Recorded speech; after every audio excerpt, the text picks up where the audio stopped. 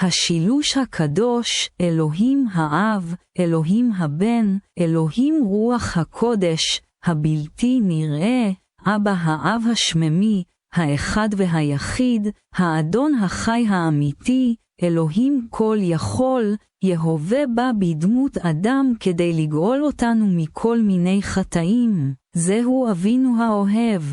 האל הגדול והמושיע, אדוננו ישוע, בן האלוהים, בן האדם, שהאלוהים, שיהיה כל התהילה, הכבוד, השבח, הכוח והסמכות לנצח נצחים. אומן, רצון האל שתהיו קדושים, תסלוניקים א' ד' ג'.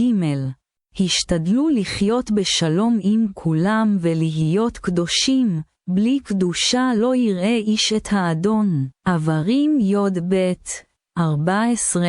אדוננו ישוע הוא הדרך היחידה, אני הדרך, והאמת והחיים. איש אינו בא אל האב אלא דרכי. יוחנן י"ד 6 וכך.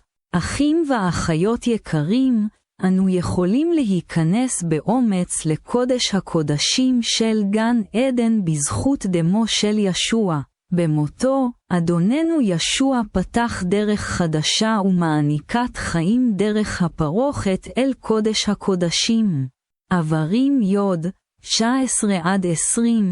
כל אשר האב נותן לי יבוא אליי, ואת הבא אליי לא אגרש בשום אופן. יוחנן ו' 37.